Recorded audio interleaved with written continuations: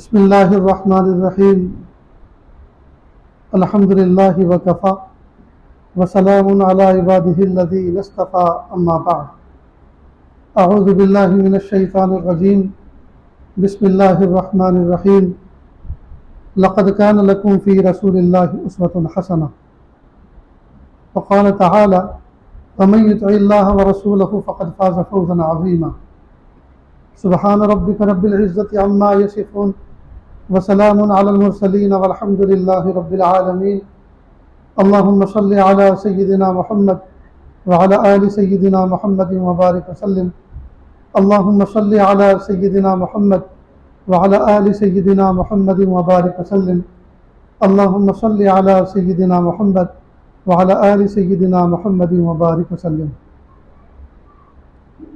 اللہ رب العزت نے ہم تمام کو اپنی قدرت کاملہ سے پیدا فرمایا اور اللہ تعالیٰ نے ایک مبارک سلسلے کے ذریعے جس کو سلسلہ نبوت کہا جاتا ہے انبیاء کرام کو بھیج کر اللہ رب العزت نے بندوں کو وہ کام بھی بتلا دیے اور ان کی رہبری بھی فرما دی جن کاموں کے کرنے سے اللہ خوش ہوتے ہیں، اور ان کو بھی بتلا دیا جن کاموں کے کرنے سے اللہ پاک ناخوش ہوتے ہیں۔ انبیاء کرام کے مبارک سلسلے کی سب سے آخری کڑی محمد الرسول اللہ صلی اللہ علیہ وسلم ہے۔ محبوب کے بارے میں اللہ پاک نے فرمایا وَمَن يُطِعِ اللَّهَ وَرَسُولَهُ فَقَدْ فَازَ فَوْزًا عَظِيمًا، کہ جو اللہ تعالیٰ کی اطاعت کرتا ہے اور اس کے رسول و پیغمبر کی اطاعت کرتا ہے تو یقیناً بہت بڑا کامیاب ہے۔ تو جس کو اللہ تعالیٰ کامیاب کہہ دے اس سے بڑی کامیابی کوئی نہیں، اور جس کو اللہ پاک ناکام کہہ دے اس سے بڑی ناکامی بھی کوئی نہیں۔ نیز اللہ رب العزت نے انسانوں کی فہم ایسی بنائی ہے، انسانوں کی سمجھ بوجھ اور انسان کی سوچ اس طرح کی بنائی ہے کہ جب یہ کوئی بندہ کوئی کام کرنا چاہتا ہے، کوئی بڑا کام کا ارادہ رکھتا ہے تو یہ نمونہ تلاش کرتا ہے۔ آپ کسی انسان کو کہیں کہ بھئی مجھے ایک انسٹرومنٹ چاہیے، ایک ایسی مشین چاہیے، کیا آپ بنا دیں گے؟ اور پھر آپ اپنی ریکوائرمنٹ اور اپنی ضرورت کا اس کے سامنے تقاضا رکھیں تو وہ کہے گا کہ آپ نے یہ مشین کہیں دیکھی ہے؟ کہا دیکھی تو نہیں ہے۔ کہ پھر جو آپ کی ذہن میں اور سوچ میں اس کا خاکہ ہے ذرا آپ مجھے ڈرائنگ کر سکتے ہیں؟ کہاں یہ ہو سکتا ہے کہ ڈرائنگ کر کے لائیں۔ تو وہ خود بناتا ہے، یہ کسی انجینئر سے مل کر اس کے ساتھ دے کر اس کو اپنا تخیل پیش کرتا ہے، پھر وہ اس کو بناتا ہے، پھر یہ ویریفائی کرتا ہے اور اس کے بعد وہ اس بنانے والے شخص کو دکھاتا ہے۔ اسی طرح کوئی آدمی مکان بنانا چاہے، دکان بنانا چاہے یا کوئی شاپنگ مال بنانا چاہے تو وہ آدمی پہلے نمونہ تلاش کرتا ہے اور اس کے بعد پھر کسی انجینئر کو دکھاتا ہے، اس کی کاپی کرواتا ہے، پھر کسی کانٹریکٹر کو دے کے اس سے وہ کام تیار کرواتا ہے۔ بہرحال دنیا کے اندر جتنے بھی انسان ہیں اور جو بھی کام کاج کرتے ہیں وہ کسی نہ کسی نمونے کو فالو کرتے ہیں۔ ٹھیک اسی طرح جب انسان کو کسی نمونے کی ضرورت پڑتی ہے کام کو انجام دینے کے لیے تو پوری زندگی آدمی بغیر کسی نمونے کے کیسے گزار سکتا ہے؟ کتنی پریشانیاں اٹھائے گا۔ جو آدمی کسی چیز کو نمونہ نہیں بناتا یا کسی سے مشورہ نہیں کرتا وہ کتنے اندھیرے میں ٹکر مارتا ہے اور کتنا مال ضائع کرتا ہے، کتنا وقت ضائع کرتا ہے۔ لوگ کہتے ہیں جب تمہیں یہ کرنا ہی تھا تو فلاں سے مشورہ کر لیتے، فلاں انجینئر سے مل لیتے تو آپ کو اتنا بڑا نقصان نہ کرنا پڑتا۔ آئے دن یہ بات سننے کو ملتی ہے۔ تو جب انسان نمونے کا محتاج ہے، انسان کسی ایگزامپل کا محتاج ہے، تو انسان اپنی زندگی گزارنے کے لیے بھی نمونے کا محتاج تھا۔ تو اللہ پاک نے فرمایا میں نے اپنے پیارے نبی کو جو تمہارے درمیان مبعوث کیا ہے یہ تمہاری زندگی کے لیے بہترین نمونہ ہے۔ تو ہمارے لیے آئیڈیل پرسن کون ہے؟ اللہ کے محبوب صلی اللہ علیہ وسلم۔ ہم چلیں تو اس طرح جیسے آقا چلتے تھے، ہم بیٹھیں تو ویسے جیسے آقا بیٹھتے تھے، ہم کھائیں تو ایسے جیسے آقا کھاتے تھے، ہم آرام کریں تو ویسے جیسے آقا صلی اللہ علیہ وسلم آرام کیا کرتے تھے۔ غرض یہ کہ زندگی میں صبح سے لے کے شام تک اور شام سے لے کے صبح تک، بلکہ پیدائش کی صبح سے لے کر وفات کی شام تک 24 گھنٹے آٹھوں پہر ہم اللہ کے محبوب صلی اللہ علیہ وسلم کی زندگی میں اپنے نمونہ تلاش کریں اور اس کو فالو کریں، اس میں ہمارے لیے کامیابی، اس میں ہمارے لیے کامیابی۔ آج کل نوجوان بچوں کا حال یہ ہے کہ یہ کسی کھلاڑی کو لائک کرتے ہیں، پسند کرتے ہیں، تو ٹی شرٹ بھی اسی نمبر کا خریدتے ہیں جو نمبر کا ٹی شرٹ وہ کھیل کے میدان میں پہنتا ہے۔ بال بنواتے ہیں تو ہیئر کٹنگ اسٹائل بھی وہی ہوتی ہے جو اس کی ہوتی ہے، اور گاڑی پہ کوئی نمبر لکھواتے ہیں تو وہی جو اس کا نمبر ہوتا ہے، یہاں تک کہ اپنے علاقے میں اسی کھلاڑی کے نام سے مشہور ہو جاتے ہیں، اور ہر دیکھنے والا سمجھتا ہے کہ یہ اس کو فالو کرتا ہے، یہ اس کو پسند کرتا ہے۔ تو جب دنیا میں کوئی آدمی کسی کو لائک کرے، دنیا میں کوئی آدمی کسی کو پسند کرے، تو اس کے تن بدن سے پتہ چل جاتا ہے کہ یہ کس کو پسند کرتا ہے، اس کی پسندیدہ شخصیت کون ہے۔ تو اگر ہم آقا صلی اللہ علیہ وسلم کو پسند کرتے ہیں تو ہماری سوچ، ہمارا اٹھنا بیٹھنا، ہمارا بولنا چالنا، یہ ساری کی ساری سوچ یہ ترجمان ہونی چاہیے اس بات کی کہ یہ اللہ کے محبوب صلی اللہ علیہ وسلم کو لائک کرتا ہے، ان کو فالو کرتا ہے۔ لیکن دوستو، صرف دعویٰ ہے کہ ہم آقا سے محبت کرتے ہیں، دعویٰ ہے کہ ہمیں نبی سے محبت ہے، اور اس پر فرقے بن رہے ہیں، اس پر لڑ رہے ہیں، مر رہے ہیں، اس پہ مسجدیں الگ کر رہے ہیں، سب کچھ کر رہے ہیں، اور حقیقت یہ ہے کہ وہ تو قیامت کے دن پتہ چلے گا کہ کھرا کھوٹا کون تھا۔ صرف ایک بات کو پکڑیں گے، یہ درود شریف نہیں پڑھتے، یہ حضور کو نہیں مانتے۔ ارے بھائی، حضور کو نہیں مانتے تو کس کو مانتے ہیں؟ کیا کسی پتھر کے بت کو مانتے ہیں؟ اللہ کے محبوب صلی اللہ علیہ وسلم پہ درود پڑھے بغیر تو نماز سے باہر نہیں نکل سکتے ہم، ہماری نماز کی تکمیل نہیں ہوتی۔ بھلا وہ کون بدبخت ہوگا جو آقا صلی اللہ علیہ وسلم پہ درود نہ پڑھتا ہو، لیکن ایک طبقہ بس اسی سوچ کو فالو کر رہا ہے کہ نہیں، یہ درود نہیں پڑھتے، اصل میں پڑھتے نہیں، ان کو سمجھایا اس طرح گیا ہے۔ کاش کہ ہمارے اندر خود بھی یہ فہم ہو کہ ہم بھی تو جھانک کے دیکھیں زندگی میں۔ اللہ اکبر کرے، اس امت کو لوٹنے والوں نے کتنا لوٹا ہے، اور اس امت کے ٹکڑے کرنے والوں نے کتنے ٹکڑے کیے ہیں۔ ہائے ہائے، بہت بڑا دھوکہ ہے دوستو۔ اللہ پاک نے ہمیں نظر دی ہے، اللہ پاک نے عقل سلیم دی ہے، اللہ پاک نے فہم عطا فرمائی ہے، تو یہ سب چیزیں جو معاشرے میں چلتی ہے تو ہم خود بھی تو اپنی فہم سے کچھ سوچیں، کچھ کریں کہ آخر ہمیں جو بہکایا گیا ہے، ہمیں جو دور کیا گیا ہے، کن چیزوں کی وجہ سے دور کیا جا رہا ہے۔ تو اللہ کے محبوب صلی اللہ علیہ وسلم کو ہم فالو کریں، محبوب صلی اللہ علیہ وسلم کی سنتوں کو اپنی زندگی میں اپنائیں۔ اللہ کے محبوب صلی اللہ علیہ وسلم نے زندگی گزارنے کا جو طریقہ بتایا، اسی طرح جو چیزیں استعمال کر کے جس طرح سے محبوب نے دکھلائیں، اور جس کام کو انجام دینے کا جو طریقہ محبوب نے اپنایا، خدا کی قسم کھا کے کہتا ہوں، آسمان کی چھت کے نیچے اس کام کو انجام دینے کا اس سے بہتر طریقہ کوئی ہو ہی نہیں سکتا۔ جس طرح سو کے دکھلایا، اس سے بہتر سونے کا کوئی طریقہ ہو نہیں سکتا، جس طرح کھا کے دکھلایا، اس سے بہتر کھانے کا طریقہ کوئی ہو نہیں سکتا۔ لہذا ایک ایک سنت اپنے اندر ایک وزن رکھتی ہے، ایک ایک سنت کی اہمیت کو ہم پہچانیں، اس پر عمل کرنے سے نہ یہ کہ وہ عمل جو ہم کر رہے ہیں سنت طریقے پہ کرنے سے وہ عمل بابرکت بن جاتا ہے اور آخرت میں نجات کا ذریعہ بنے گا، بخشش کا ذریعہ بنے گا، بلکہ دنیا کے اندر بھی کامیابی کا ضامن بن جاتا ہے۔ نہ جانے کتنی بیماریاں سنت طریقے کے مطابق زندگی گزارنے کی وجہ سے انسان سے دور ہو جاتی ہیں۔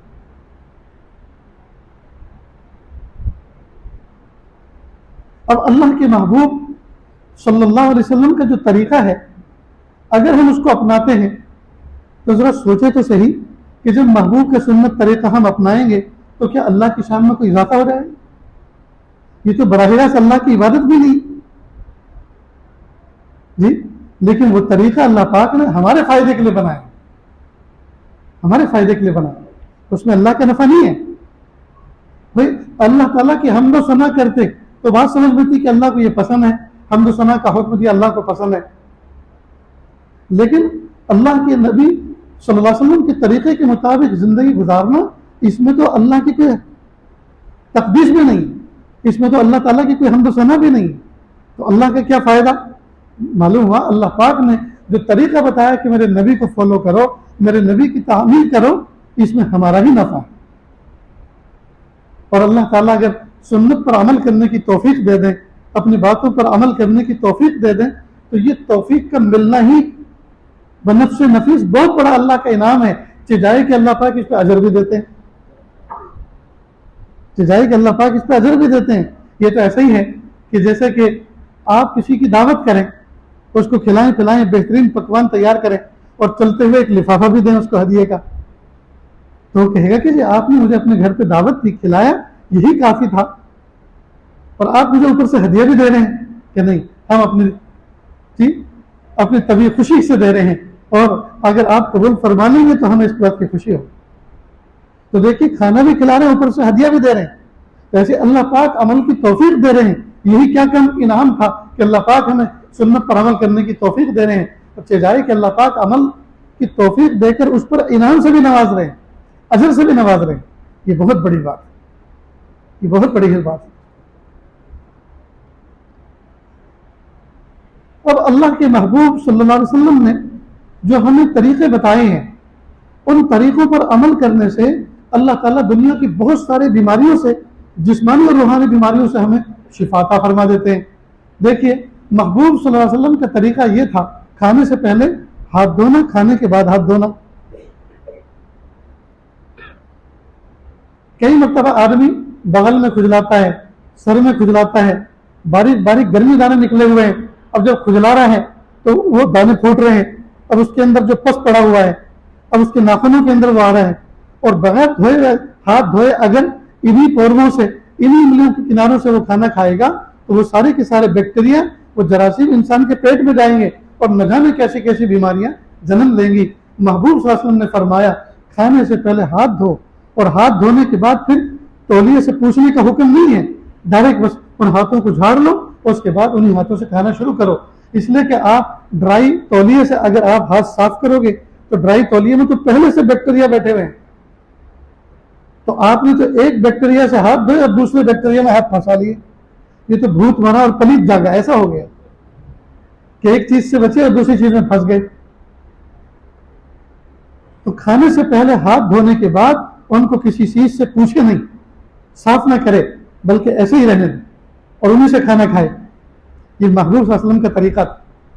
کھانے کے بعد پھر ہاتھ دھوئے، اس لیے کہ کھانے میں جو تری انگلیوں پہ لگی ہوئی ہے، پوروں پہ لگی ہے، یہ اگر ایسی لگی رہے قرآن پاک کھولیں گے تو اس کے اوراق خراب ہوں گے، جی تیل والے ہوں گے، ڈائری کھولیں گے تو ڈائری کے اوراق خراب ہوں گے، جی اور نہ جانے کیا کیا آپ کام کریں گے، ان ہاتھوں کا اثر ان کے اندر جائے گا۔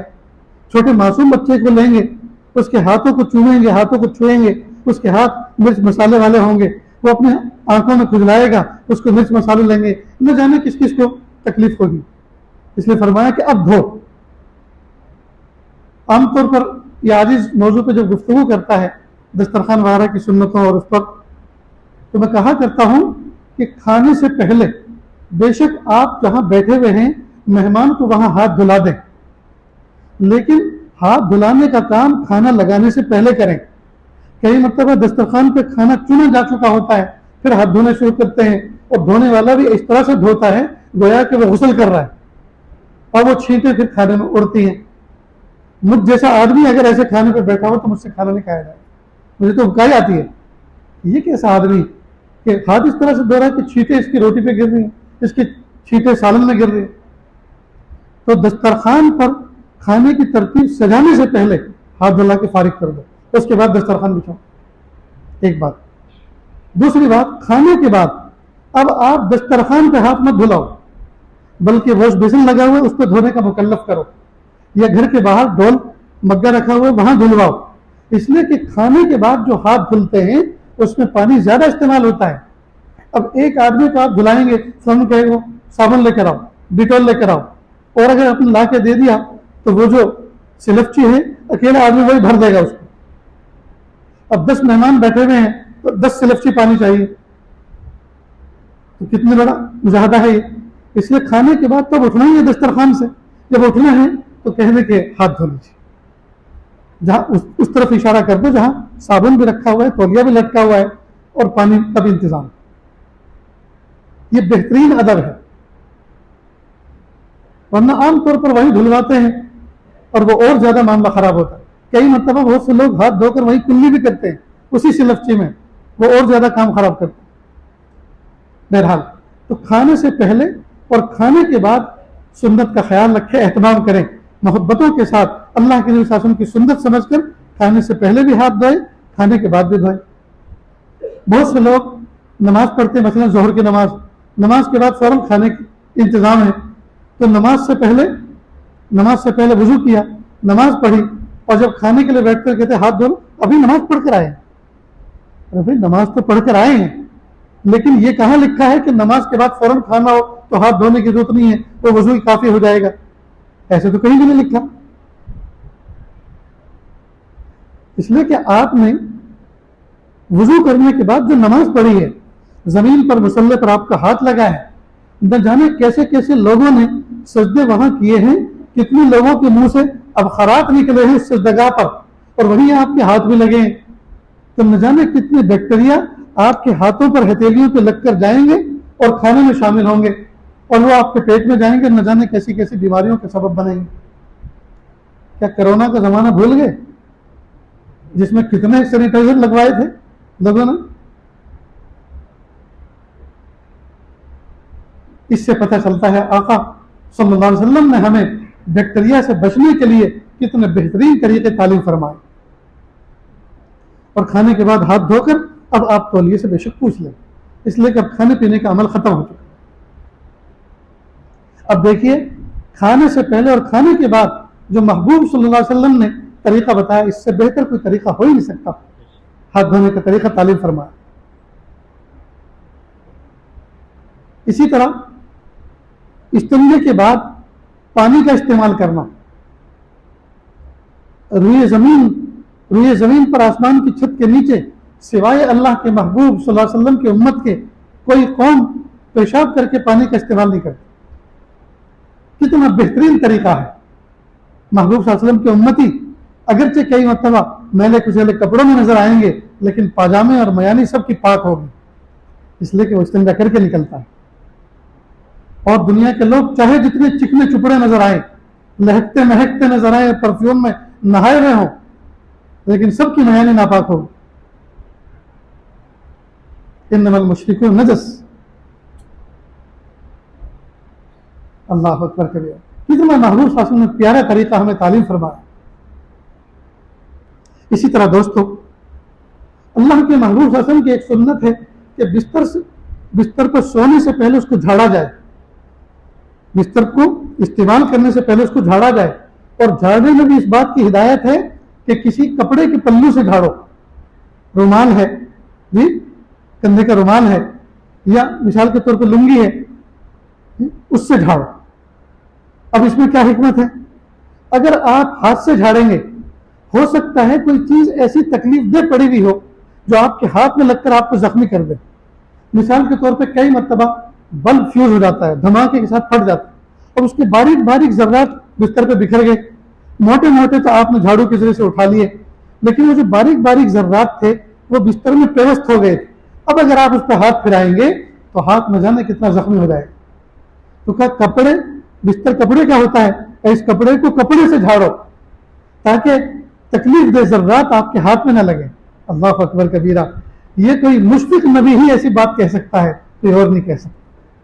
تو اللہ کے محبوب صلی اللہ علیہ وسلم کو اپنی امت سے کتنا پیار اور کتنی محبت تھی.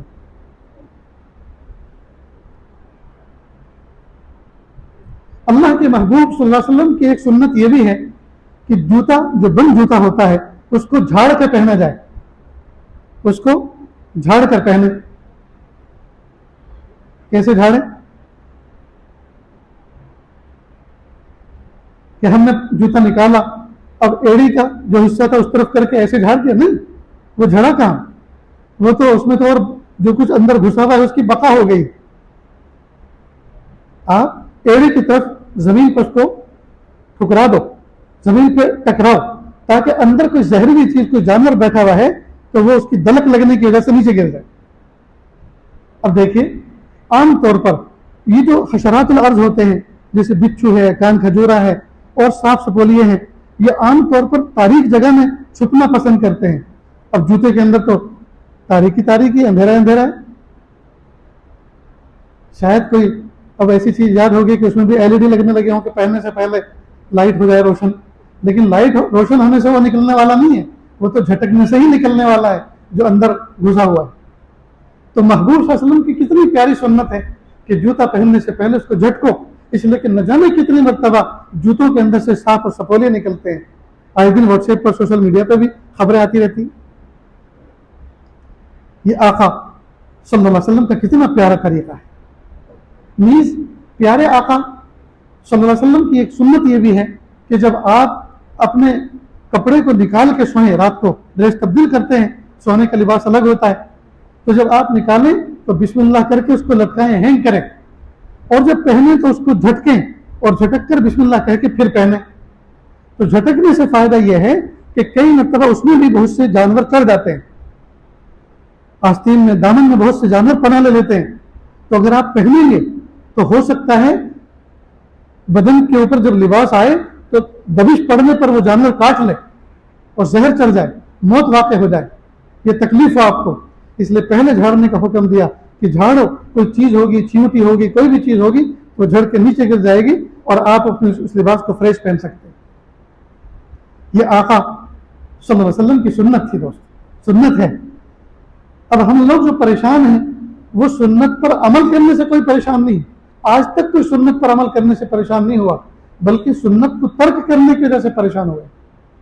جو بندے پریشان ہیں اپنی زندگی میں وہ حضور کے طریقے کو چھوڑنے کی وجہ سے پریشان ہیں، اپنانے کی وجہ سے کوئی پریشان نہیں.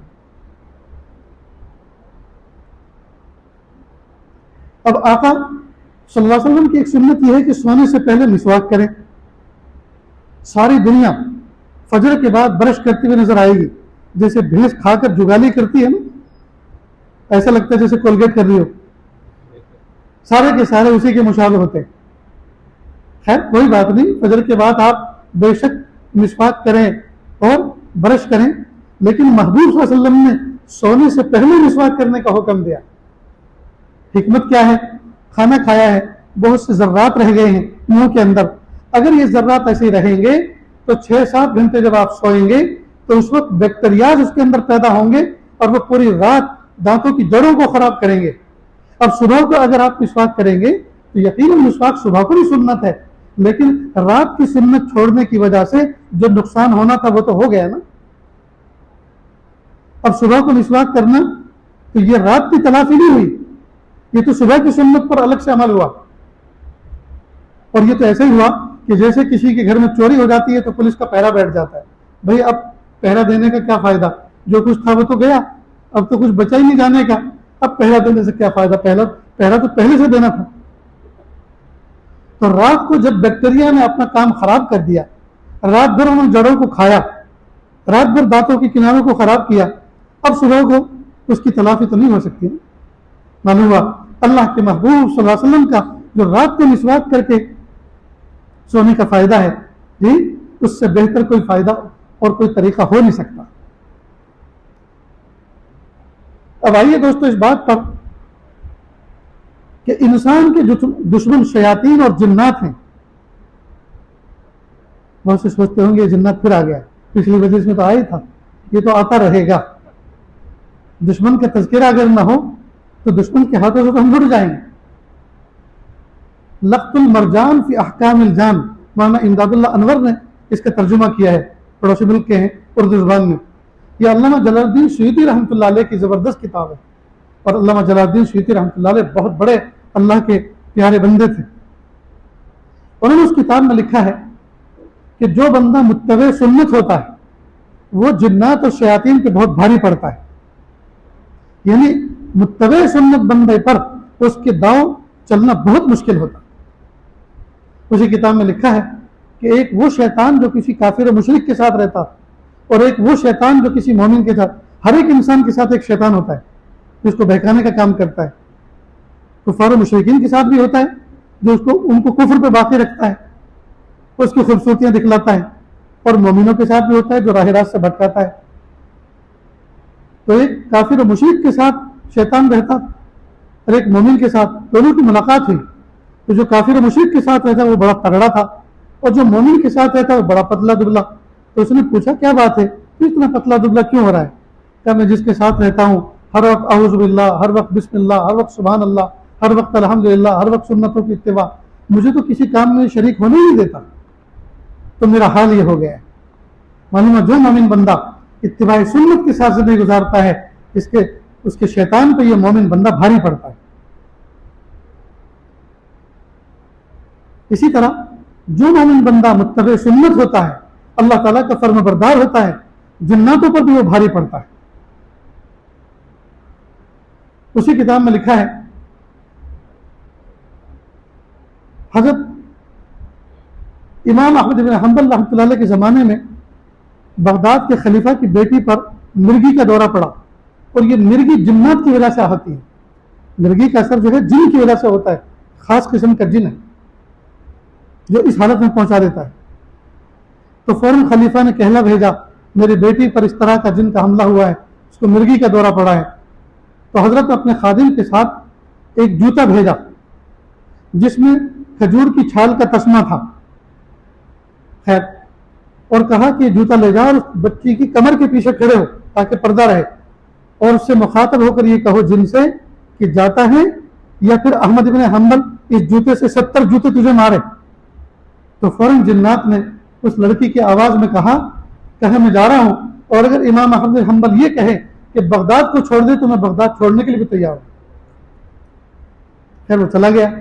اللہ کی شان 4-5 سال کے بعد امام احمد بن حنبل کا انتقال ہوا تو وہ جن پھر آیا. تو اس زمانے کے خلیفہ نے پھر وہ ان کے خادم کو لکھ بھیجا کہ ایسا ایسا ہوا تھا پہلے، اتنے سال پہلے، اور انہوں نے ایسا ایسا کہا تھا اور جن چھوڑ کے چلا گیا تھا اور یہ کہہ کر گیا. چنانچہ وہ خادم ان کا جوتا لے کر آئے اور آ کر کہا کہ جاتا ہے یا نہیں، یہ 70 جوتے امام احمد بن حنبل کے جوتے سے تجھے ماروں. تو کہا میں جانے والا نہیں ہوں. تو اس وقت تو چلا گیا تھا کہ وہ امام احمد بن حنبل تھے، وہ اللہ کے نیک بندے تھے، اور جو اللہ کا نیک اور فرما بردار بندہ ہوتا ہے ہر مخلوق اس کے حکم کو مانتی ہے. تم اس مقام پر نہیں ہو. اللہ اکبر کبیرہ. ایسے ڈھیر سارے واقعات ہیں کہ جب کوئی جن، کبھی کوئی شیطان کسی پر مسلط ہوا اور کسی اللہ کے ولی نے کوئی بات اس طرح کی کہہ دی اور وہ چھوڑ کے چلے گئے. کتابوں میں ڈھیر سارے واقعات ہیں، پڑھیں تو صحیح دوستو، پتہ تو چلے کہ اللہ پاک نے ہمیں شریعت، دین و شریعت، محبوب صلی اللہ علیہ وسلم کی سنت کتنا بڑا انعام دیا ہے، جس کو چھوڑ کے ہم پریشان ہیں اس کو اپنانے والے کبھی پریشان نہیں ہوئے. اتنی بات سمجھ میں آئی دوستو؟ تو جتنا زیادہ ہم سنتوں کا اہتمام کریں گے ہم انشاءاللہ روحانی اعتبار سے ترقی پائیں گے اور اللہ تعالیٰ کی دوسری مخلوقات پر بھاری بھرکم رہیں گے.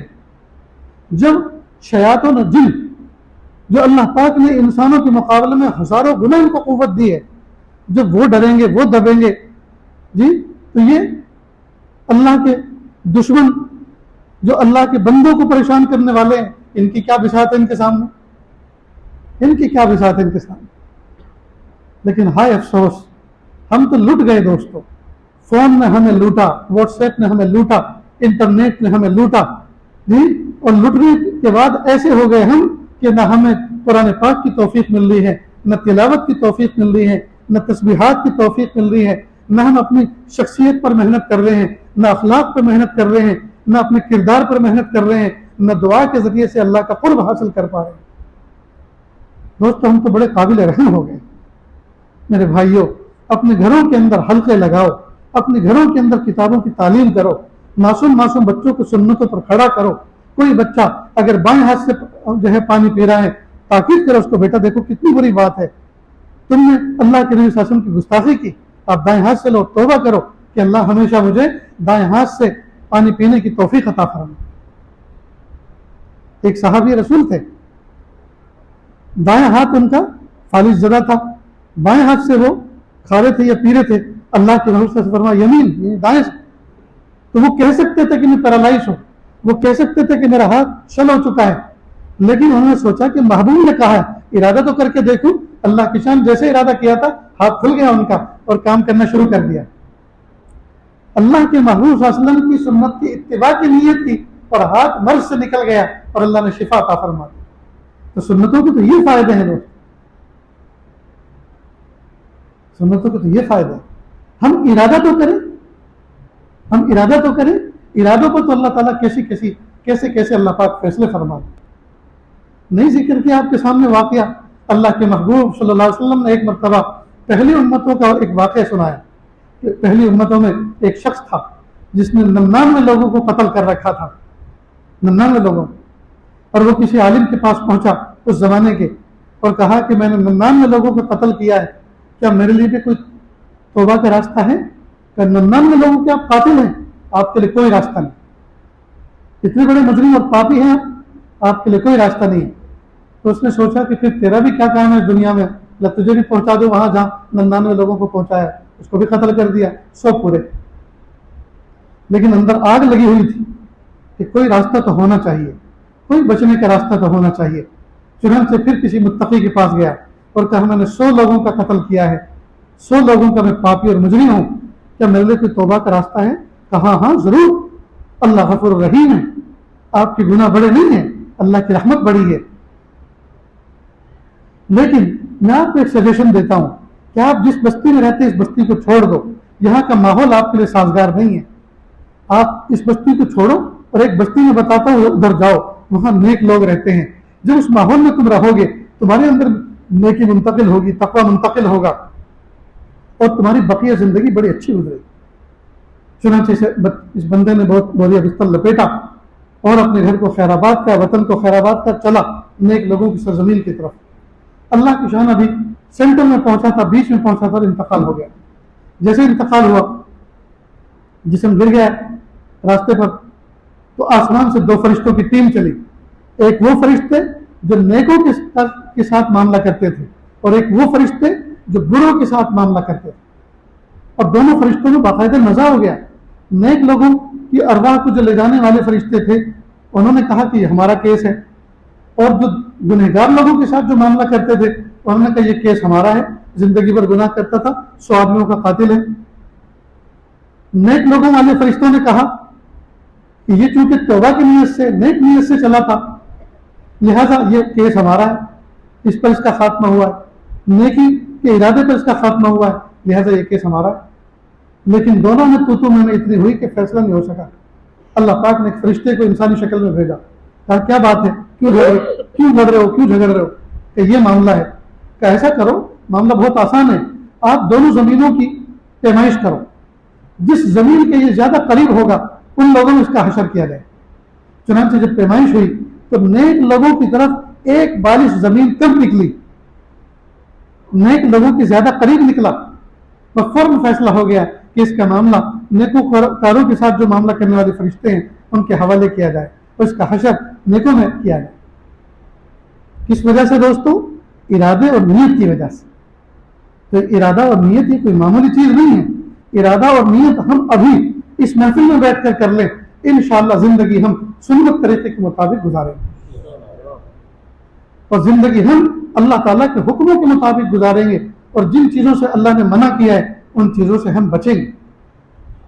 پھر دیکھیں دوستو, زندگی کا لطف جو آ جائے گا, زندگی کا مزہ جو آ جائے گا. آج ساری نعمتیں ہونے کے باوجود ہمیں چین نہیں. ایئر کنڈیشن کمرے موجود, موٹے موٹے گدے موجود, کچن کے اندر بہترین فروٹ موجود, فوڈ موجود, کھانا موجود, دل بہلانے والی بیوی موجود, بہترین سواری موجود, دوست احباب موجود, اور اللہ کا دیا ہوا اتنا رزق موجود کہ جب چاہے جہاں ارادہ ہو آدمی میں اٹھا کے چل پڑے. اتنی ساری نعمتوں کے باوجود دل اجڑے ہیں اور زندگی اندھیری ہے, اور یہ نعمتیں اور یہ راحت کے سامان بھی راحت نہیں پہنچا پا رہے, سب ناکام ہیں. وجہ کیونکہ دل میں اندھیروں میں ڈیرے ڈال رکھے. اللہ کے محبوب صلی اللہ علیہ وسلم کی طریقے کے خلاف زندگی گزارنے کی وجہ سے دل میں اندھیروں میں ڈیرے ڈال رکھے ہیں اور دل بے چین ہے. اس لیے عاجز کہا کرتا ہے دولت چشمے کے اندر, دولت کے ذریعے سے آپ چشمہ تو خرید سکتے ہیں, بینائی تو نہیں خرید سکتے. پیسوں سے انسان کتابیں تو خرید سکتا ہے, علم تو نہیں خرید سکتا. پیسے سے انسان موٹے موٹے گدے تو خرید سکتا ہے, میٹھی میٹھی نیند تو نہیں خرید سکتا. پیسے سے انسان سفید بالوں کو کالا کرنے والا خضاب اور کیمیکل تو خرید سکتا ہے، لیکن شباب اور جوانی کو نہیں خرید سکتا۔ معلوم ہوا پیسے سے کچھ نہیں ہوتا، کرنے والی ذات اللہ کی، کرنے والی ذات اللہ کی ہے۔ دوستو، اچھا کھاؤ، اچھا پیو، اچھا پہنو، اچھا وقت گزارو، اچھے مکان میں رہو، اچھی سواری استعمال کرو، لیکن ان تمام نعمتوں کو اللہ تعالیٰ کے قرب کا ذریعہ بناؤ۔ ان نعمتوں کو حاصل کر ان پر شکر کے جذبات کے ساتھ زندگی گزار کر اللہ تعالیٰ کی محبت حاصل کرنے والوں بنو۔ دوستو، کچھ بھی پرہیز نہیں، دنیا میں آئے ہیں وزٹ کے لیے، ہم ایز اے وزٹر ہیں، ہم جنت سے نکال کر بھیجے گئے ہیں اور جنت میں واپس پلٹ کے جانا ہے۔ ہم دنیا کو جنت بنانے کی کوشش نہ کریں۔ ہاں، دنیا جنت بن سکتی ہے ان اعمال کے ساتھ جن اعمال کا ہمیں حکم دیا جا رہا ہے۔ جب ہم سنتوں کے مطابق، اللہ تعالیٰ کے حکموں کے مطابق زندگی گزاریں گے، اللہ تعالیٰ دنیا کی زندگی کو ہمارے لیے پر لطف اور پرکیف بنا دیں گے، اور دنیا میں ہم جنت کے مزے پائیں۔ اور جو ادھار جنت ہے تو وہ تو ہے ہی اپنی جگہ پر، لیکن اللہ تعالیٰ کو ناراض کر کے حضور پاک صلی اللہ علیہ وسلم کے طریقے کو چھوڑ کر ہم دنیا کو جنت بنانے کی کوشش کریں، نہیں دوستو، کبھی نہیں ہو سکتا۔ ہاں، جہنم پہلے سے تیار موجود۔ کتنے امیروں کے گھر کے داستان میں آپ کو سنا سکتا ہوں۔ مجھ سے تنہائیوں میں لوگ دعاؤں کی درخواست کرتے ہیں، اس لیے مجھے حالات کا اندر کا پتہ چلتا ہے۔ کتنے امیر لوگ جو بڑے بڑے محلوں میں رہتے ہیں، جی بڑے بڑے محلوں میں رہتے ہیں، دیکھنے کو وزیر اعظم معلوم ہوتے ہیں، لیکن ان کی داستانیں ہم سنو پتہ چلتا ہے کہ فقیر اعظم ہے، یہ وزیر اعظم نہیں، فقیر اعظم ہے۔ دروازے پہ مرسیڈیز کھڑی ہوئی ہے، محل نما گھر میں رہ رہے ہیں، اور کھانے پینے کی ریل پیل ہے، لیکن قرضوں میں اتنے ڈوبے ہیں کہ باوجود مرسیڈیز ہونے کے، باوجود محل اور ولا ہونے کے، سب کچھ ہونے کے، پھر بھی یہ مستحق کے زکوٰۃ ہے، اس لیے کہ تو اتنے کروڑوں میں ڈوبا ہے کہ یہ سب کچھ بیچنے کے باوجود بھی پھر بھی قرض اس کے سر پہ جو کا تو رہے۔ اللہ حفاظت فرمائے گا۔ آدھی روٹی کھاؤ، سکون کی رات کی نیند کو گزارو اور اللہ کا شکر ادا کرو۔ یہ بہتر ہے اس سے کہ آدمی پیٹ بھر کے کھانا کھائے اور دروازے پہ کوئی دستک دینے والا کھڑا ہو کہ لاؤ میرے جو پیسے آپ نے رکھے تھے وہ کر دو۔ یہ بھی کوئی زندگی ہے دوستو؟ زندگی پرکیف گزارے، کوئی کسی ایسے کام میں اپنا پیر نہ پھنسائے جس سے راتوں کے نیند غائب ہو جائے، سجدوں کا سرور ختم ہو جائے، تلاوت کی حلاوت ختم ہو جائے۔ کئی مرتبہ بندہ ایسے کام کر بیٹھتا ہے، تلاوت میں یاد آ جائے تو آدمی کے آنسو جاری ہو جاتے ہیں، اور قرآن پاک بند کر کے ان حالات کو سوچنا شروع کرتا ہے، ہائے میں ان حالات سے کیسے نکلوں۔ نماز میں سجدے میں یاد آ جائے تو یہ بھول جاتا ہے کہ کون سی رکعت پڑھ رہا ہوں، اس لیے کہ سوچتا ہے ان حالات سے کیسے نکلوں گا، اور یہ سب حالات اپنے کمائے ہوئے ہوتے ہیں، اپنے خود کے بلائے ہوئے ہوتے ہیں۔ اللہ حفاظت فرمائے۔ دوستو، جو مزہ اللہ تعالیٰ سے بھیک مانگنے میں ہے، جو مزہ سجدے کے اندر ہے، جو مزہ اللہ کی عبادت کے اندر ہے، وہ مزہ کسی چیز میں نہیں۔ اس لیے دوستو، عہد کریں کہ انشاءاللہ اللہ کے محبوب صلی اللہ علیہ وسلم کی سنتوں پر عمل کریں گے، نیتوں کو درست کریں گے، اللہ کے حکم کی بجا آوری کریں گے، اور کبھی بھی اپنی توجہ اس بات پر نہیں رکھیں گے کہ اللہ کیسے دیں گے۔ دینے والے رب نے وعدہ کر رکھا ہے، اجملوا فی الطلب، تھوڑی بہت چلت پھرت، تھوڑی بہت کوشش کر لو، تھوڑی بہت زیادہ نہیں، اس لیے کہ اللہ تعالیٰ نے سارا کا سارا نظام تیار کر کے رکھا ہوا ہے۔ ہمارے رزق کے پارسل آسمانی دنیا پر آ کر رکھے ہوئے ہیں، صرف ڈلیوری لینی ہے۔ رزق کا پارسل، رزق کا پوٹلا بالکل تیار ہے، صرف ڈلیوری لینی ہے، اور ڈلیوری لینے کے لیے اللہ کی طرف رجوع کرنا پڑتا ہے۔ حدیث پاک میں ہے، محبوب صلی اللہ علیہ وسلم نے فرمایا،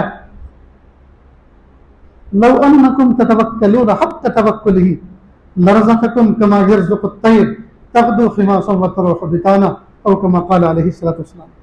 اگر تم اللہ تعالیٰ کی ذات پر ایسا بھروسہ کرو جیسا کہ بھروسہ کرنے کا حق ہے، تو اللہ تعالیٰ تمہیں اس طرح سے رزق عطا فرمائیں گے جیسے چھوٹے چھوٹے پرندوں کو دیتے ہیں کہ جب وہ صبح کو اٹھتے ہیں ان کے پپوٹے خالی ہوتے ہیں، اور جب شام کو اپنے نیسٹ اور آشیانے کی طرف لوٹتے ہیں تو ان کے پیٹ بھرے ہوئے ہوتے ہیں۔ دوربین لگا کے بیٹھ کر دیکھو، نہ ان کے پنجوں میں کوئی دانہ ملے گا، نہ ان کی چونچ میں کوئی دانہ ملے گا۔ جی کیوں؟ اس لیے کہ ان کو یقین ہے اس بات کا، کل کا رب موجود ہے۔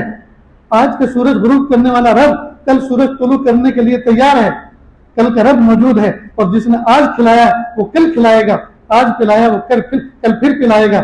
لہذا توکل کے اعلیٰ مقام پر ہوتے ہیں، توکل کے اعلیٰ مقام پر ہوتے ہیں۔ ہمارا حال تو یہ ہے کہ بستر کے کنارے پر اور تکیے کے کنارے پر ڈرائی فروٹ لے کے سوتے ہیں کہ رات کو بھوک لگے گی تو پھر اٹھ کے کھا لیں گے. کتنا زبردست توکل ہے. ہائے ہائے، ایسا لگ رہا ہے دوستو ہم نے یہ سوچ لیا ہے کہ یہ دین اور یہ شریعت اور یہ سنت یہ تو صحابہ کرام کی تھی، وہ عمل کر کے چلے گئے، یہ سب ہمارے لیے نہیں ہے. بس ہم تو زندگی گزار رہے ہیں اور اپنی موج مستی کر رہے ہیں، اور جتنی محنت کریں گے اتنی کمائیں گے. محنتوں سے روزی کے فیصلے نہیں ہوتے. یاد رکھنا، سڑک کے کنارے گٹر کھودنے والے، داؤد گودا کی طرف کے ہمارے مزدور، یہ سب سے زیادہ محنت کرتے ہیں. یہ تو سب سے بڑے مالدار ہونے چاہیے.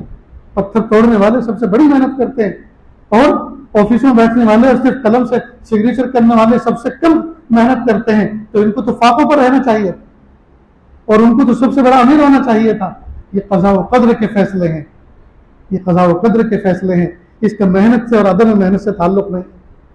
ہمیں چاہیے کہ ہم کامل توجہ اللہ کی طرف رکھیں، محبتوں کے ساتھ نمازیں پڑھیں، محبتوں کے ساتھ قرآن پاک کی تلاوت کریں، درود شریف پڑھیں، اور اجملوا فی الطلب، ہلکی پھلکی چلت پھرت اڑت پھرت پر جس طرح سے اللہ پاک پرندوں کو روزی دیتے ہیں. وہ کسی محنت مزدوری نہیں کرتے، وہ کسی فیکٹری میں نوکر گدھا مزدوری نہیں کرتے، بلکہ صبح کو تسبیح بیان کرتے ہیں، پھر فلائنگ بھرتے ہیں، اور جہاں وہ نیچے اترتے ہیں ان کا غلہ بکھرا ہوا پہلے سے تیار رہتا ہے.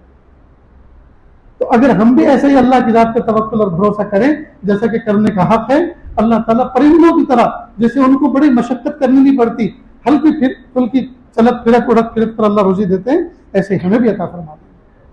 اور جو ہم میں متقی ہیں، پرہیزگار ہیں، ان کو اللہ ایسے ہی نواز رہے ہیں، ان کو اللہ ایسے ہی نواز رہے ہیں.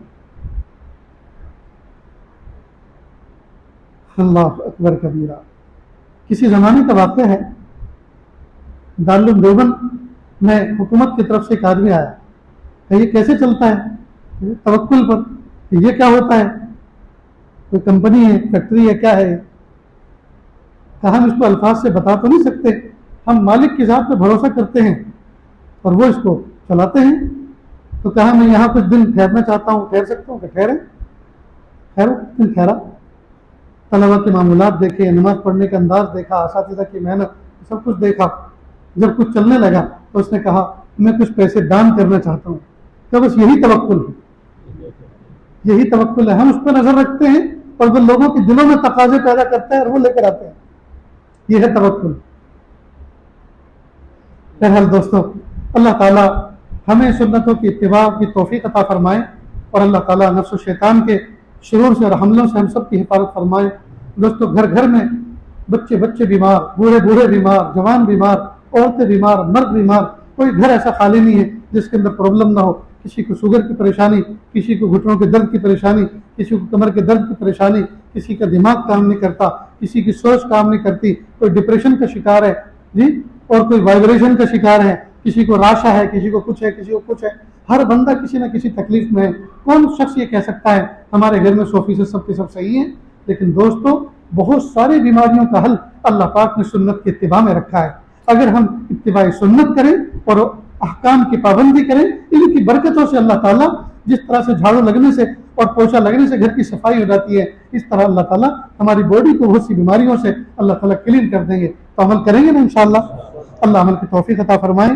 یہ 2 معصوم بچے چھوٹے چھوٹے جنہوں نے آج قرآن پاک کی تکمیل کی ہے، حفظ کی تکمیل کی، آخری اپنا سبق سنایا.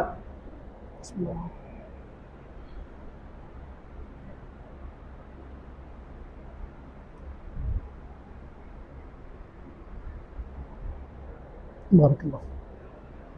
میں دل کی گہرائیوں سے ان معصوم بچوں کو دل سے مبارکباد پیش کرتا ہوں، اور ان کے ان والدین کو بھی جن والدین نے ان بچوں کو اس کام کے لیے فارغ کیا.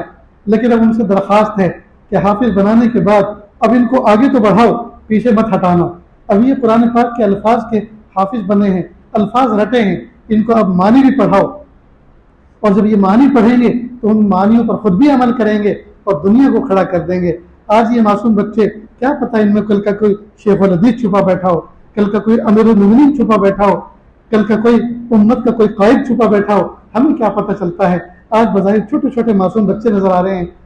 سات و زمین، سات و آسمان سے بھاری بھرکم کلام الہی اللہ پاک نے ان کے سینوں میں محفوظ فرما دیا، اور اللہ پاک نے وہ دولت ان کو عطا فرمائی ہے جو بادشاہوں کے خزانوں میں نہیں ملتی۔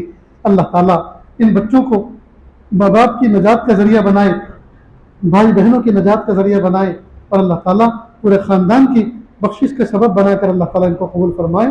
وآخر دعوانا ان الحمد للہ رب العالمین۔ دعا سے پہلے یہ عاجز بیت کے توبہ کے کلمات پڑھاتا ہے۔ جو حضرات نیت کر کے آئے ہیں وہ میرے پیچھے پیچھے ان کلمات کو زندگی بدلنے کے ارادے سے پڑھنا شروع کریں۔ بسم اللہ الرحمن الرحیم۔ لا الہ الا اللہ محمد الرسول اللہ صلی اللہ علیہ وسلم۔ اشہد ان لا الہ الا اللہ واشہد ان محمدا عبدہ ورسولہ۔ استغفر اللہ ربی من کل ذنب واتوب الیہ۔ استغفر اللہ ربی من کل ذنب واتوب الیہ۔ آمنت باللہ کما ہوا باسمائہ وصفاتہ وقبلت جمیع احکامہ اقرار باللسان وتصدیق بالقلب۔ وصلی اللہ تعالی علی خیر خلقہ محمد وعلی آلہ واصحابہ اجمعین برحمتک یا ارحم الراحمین۔ اللہ کا شکر، یہ کلمات پڑھنے کے بعد آپ توبہ طائب ہو گئے۔ اللہ تعالیٰ اس توبہ کو قبول فرمائیں۔ ہلکے پھلکے معاملات ہیں، 3 تسبیح صبح میں اور 3 تسبیح شام میں پڑھیں۔ ایک تسبیح استغفار کی، ایک درود شریف کی، ایک تیسرے کلمے کی۔ اس کے علاوہ ایک پارہ قرآن پاک کی تلاوت کا معمول بنائیں۔ ایک ہی نشست میں سب چیزیں پڑھنا ضروری نہیں ہے، آپ تلاوت الگ الگ وقت میں بھی کر سکتے ہیں، تھوڑا تھوڑا کر کے سونے سے پہلے پہلے ایک پارہ پورا کر لیا کریں۔ اس طرح سے روزانہ جب ایک پارہ پڑھیں گے تو مہینے میں 1 قرآن پاک اور سال میں 12 قرآن پاک کا ذخیرہ ہمارے نام اعمال میں جمع ہو جائے گا، جو بہت بڑی سعادت کی بات ہے۔ اس کے علاوہ وقتیہ نمازیں اہتمام کے ساتھ پڑھیں، آگے پیچھے کی سنتوں کے اہتمام کے ساتھ، نیز اپنی ذات سے کسی کو تکلیف نہ پہنچائیں، اور حقوق العباد اور حقوق اللہ کی لسٹ بنا لیں۔ جو ہمارے حقوق اللہ باقی ہیں زندگی کے، ان کو ادا کرنے کی کوشش کریں، اور جو حقوق العباد ہیں، کسی کا مال چرا رکھا ہے، چھپا رکھا ہے، دبا رکھا ہے، دینے کا نام نہیں، تو آپ اس کے مال سے دستبردار ہو جائیں، اس کو اس کے حق اس تک پہنچا دیں، تاکہ دنیا اور قیامت کے میدان میں کوئی ہمارا دامن پکڑنے والا نہ رہے، بات بالکل صاف صاف رہے۔ اللہ تعالیٰ عمل کی توفیق عطا فرمائے۔ دعا سے پہلے تھوڑی سی دیر کے لیے اللہ اللہ کر لیں، آنکھوں کو بند کر لیں، سر کو جھکا لیں، دنیا اور دنیا میں جو کچھ ہے اس سے ہٹ کر کے اللہ کی یاد میں ڈوب جائیں۔ نیت کریں اللہ کی رحمت آ رہی ہے، میرے دل میں سما رہی ہے، میرے دل سے گناہوں کی ظلمت و سیاہی دور ہو رہی ہے، میرا دل کہہ رہا ہے اللہ اللہ اللہ۔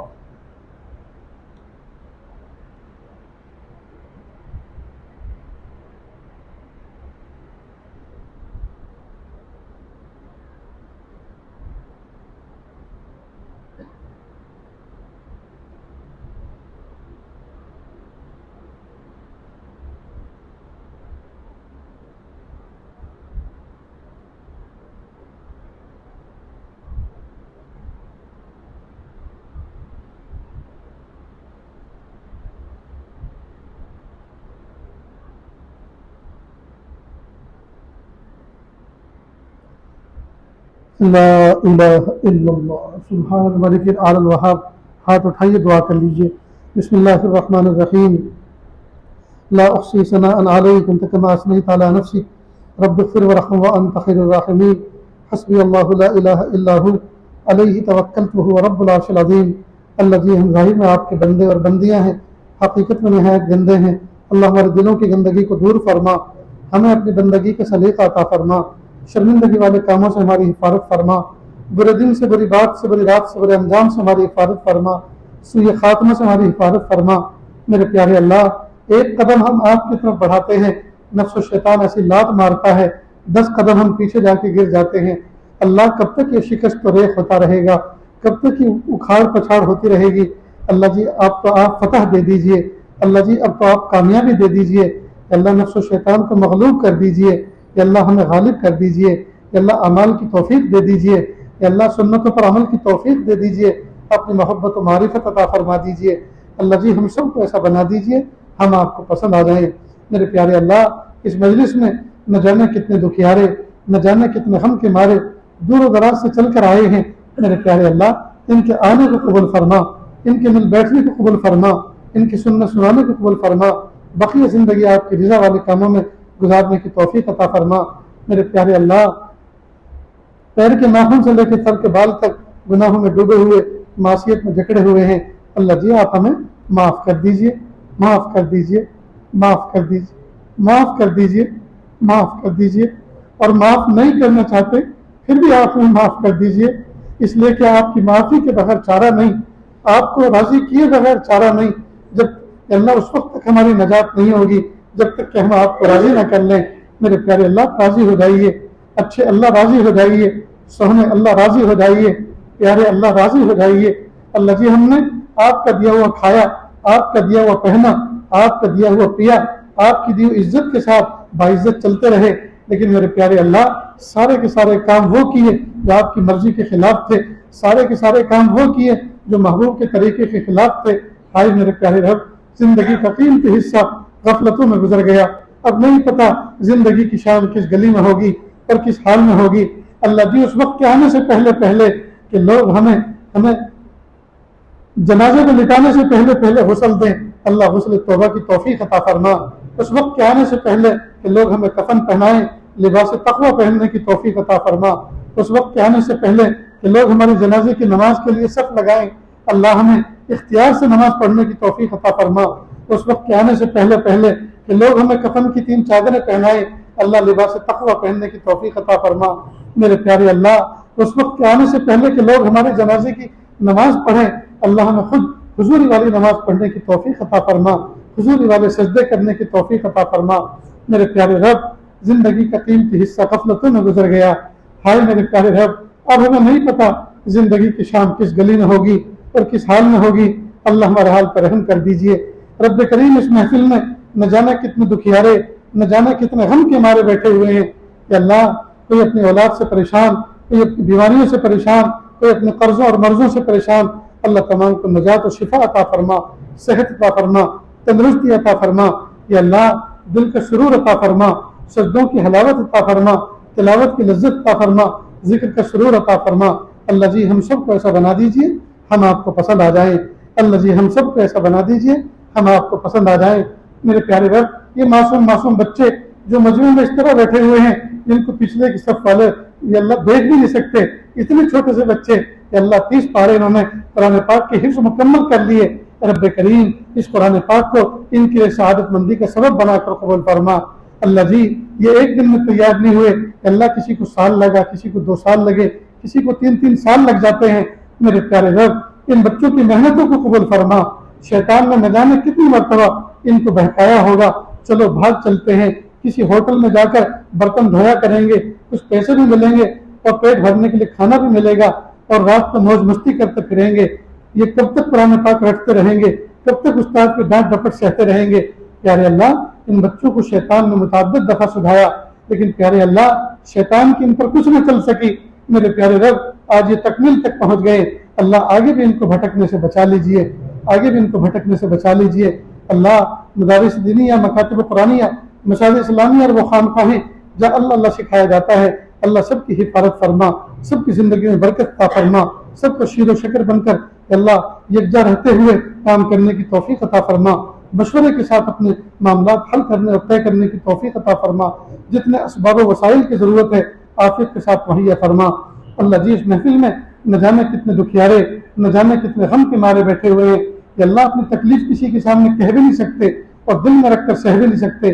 اللہ تمام کے دل کے دھڑکنوں سے، ارادوں سے اور مرادوں سے آپ واقف ہیں کہ اللہ سب کی تکلیفوں کو دور فرما، سب کو نجات عطا فرما، کامل تقوی عطا فرما، کامل محبت عطا فرما، کامل معرفت عطا فرما۔ میرے پیارے اللہ جن کا نکاح ہوئے زمانہ گزر چکا کہ اللہ گود اولاد سے خالی ہے، اللہ ان کو نیک صالح اولاد عطا فرما۔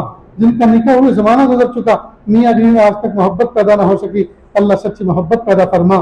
میرے پیارے اللہ جن کا نکاح ہوئے زمانہ گزر چکا میرے پیارے اللہ اولاد گود اولاد سے خالی ہے کہ اللہ ان کو آنکھوں کی ٹھنڈک فرم بردار اولاد عطا فرما دیجئے۔